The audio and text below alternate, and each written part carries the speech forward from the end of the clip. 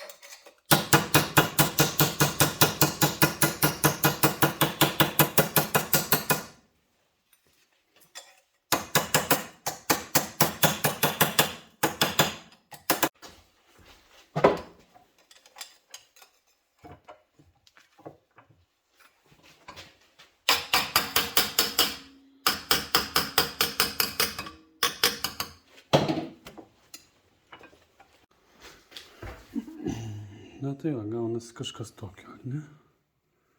Čia prisikabinsim.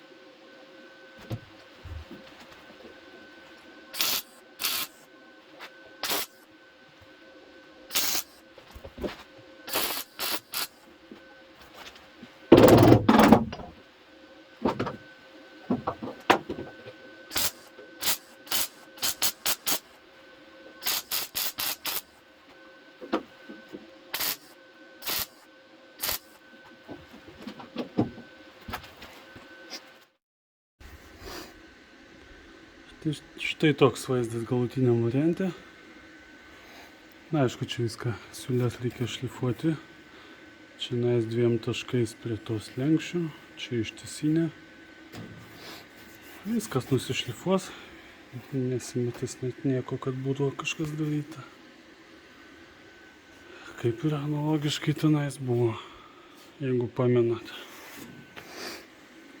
Na ką, einam toliau. Na, toliau darau slenkščio gale, reiškia, esančios arkos užbaigimą iš vidaus, reiškia, rato.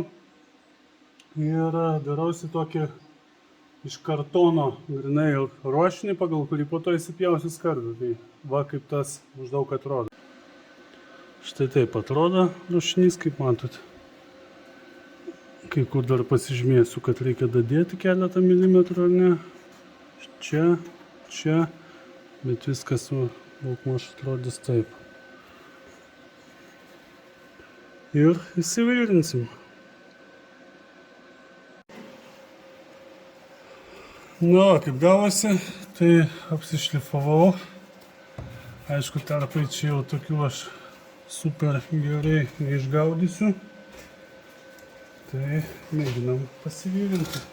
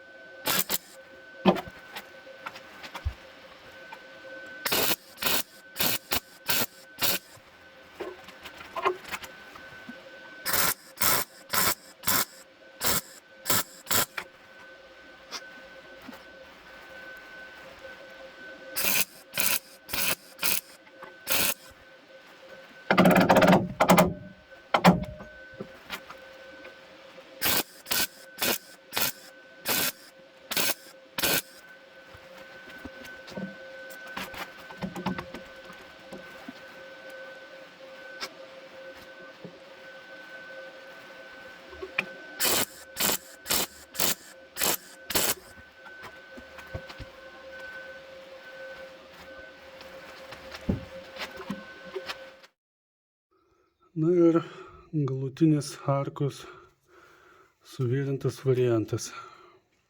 Tai va, viską po to gražiai apsišlifuosim. Aišku, čia va, labai man patiko virinti.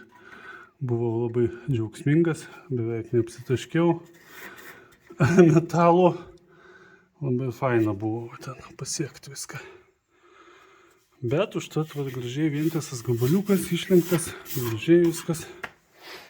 Nusidažysim, nusišlifuosim. Čia tą kampą biškį palyginsiu, kad būtų gražiau. Ir bus super. Na ką, toliau. Tai su lyginimais pažaisim kiek vėliau, nes aišku, tai man labiausiai patinkanti dalis, jūs net neabejoja tuo turbūt, ne? Tai ir laiko daug atima iš tikrųjų, ir toks nuobodus darbas, tai geriau. Man patinka, aišku, išpjaustinėti, virinti, o jau šlifavimus galbūt mėginsiu palikti kiek vėliau. Juolab, kad dabar turbūt eisiu link vaizdo tenai už manęs, tai arkos. Viską išsipjausiu velniop ir tada įvirinus jau arkos dalį, kuri yra iš donoro paimta sveikesnė, tada jau viską vienu ypu ir šlifuosiu. Tai žiūrim, kaip pjaunasi mūsų arka. Taigi, pačioj pradžiai rodau dalyką, reiškia arkų suvirinimui, ką esu pasiruošęs. Tai kad man viskas būtų lygiai gražiai, turėjau pasidaręs tokią liaudiškai vadinamą rasporkę. Reiškia ant viršaus, kur tvirtinasi amortizatorius į arką, prisisuka, toksai kaip sutvirtinimas ar ne papildomas. Tai man su jo pagalba, manau, pavyks išgaudyti viską, kad gražiai kampai būtų. Aišku, ten nelabai kitaip tos arkos ir statysi, išpjovus, nes realiai visi kampai turės sutapti. Bet aš čia labai pergyvenu, iš tikrųjų, dėl tos arkos turbūt daugiau. Tai, tiesiog, toksai dalykas reiškia, kas man biški paprasčiau į viską pasižiūrėti leis. Tai visas tas dalykas turėtų atrodyti maždaug taip. Nepamenu, kurie pusė dabar iš tikrųjų tik tai dedasi berods taip. Užsideda, pasisuka tenai, ar ne? Kitam gale analogiškai. Tuo sufokusuosim. Kažkaip tai taip, ar ne? Ir to pasiekoje man turėtų viskas čia laikytis gražiai. Ir, aišku, kadangi čia viskas virinsis, tai čia tarpų negali būti. Čia tarpų negali būti. Tai jeigu aš viską gražiai įsipjaunu, įstatau tą donorinį arkos šmotą, tai man realiai čia tas dalykas tik tai nervam nuraminti, ir kad virinimo metu neiškreiptų galbūt ten, kad man kažkuris ten tas vadinamas stakanas neatsistotų kreivai. Tai dėl šventos ramybės. Ir ką, pradedam pjaustyti.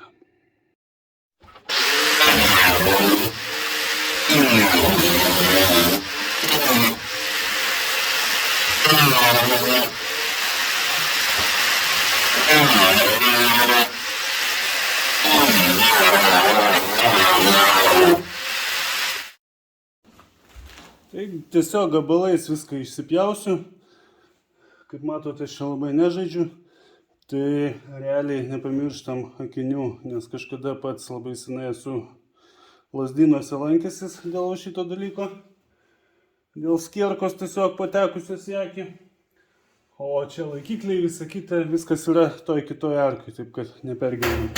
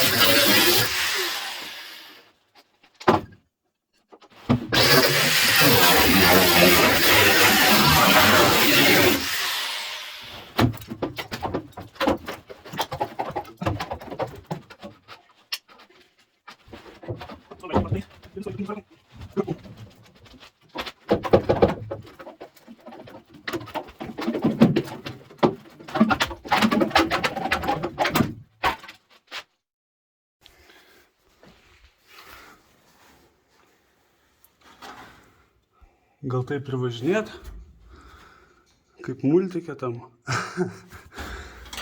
Tai va, kas yra, reiškia, mūsų arkose. Gal matosi, taip paimsiu šviestuvą. Tai va, koks vidų reiškia grožis. Matot, kur anksčiau buvo dėtas tiesiog lopas. Koks ten vaizdas. Ir kaip vidų viskas išpuvę. Ir čia kiaurai prapuvę. Gal net iš tos kitos pozicijos geriau matysi. A ne? Taip. Ir palyginimui donorinė. Palyginimui donorinė. Tai jau matai, čionai smala nenuvalyta, čia tikrai neišpuvę. Visas sveikas sielas metalas. Viduje, tarp kitko, šviečiausi su žibintuvėliu, tai viskas blizga. Gražus sveikas metalas be korozijos. Kitoj daly šiek tiek, šitoj daly yra taškelis toks. Kitoj arkos, kitos pusės arkoje tiksliau. O čia viskas cielas, sveika. Tai va, ir pakeisim.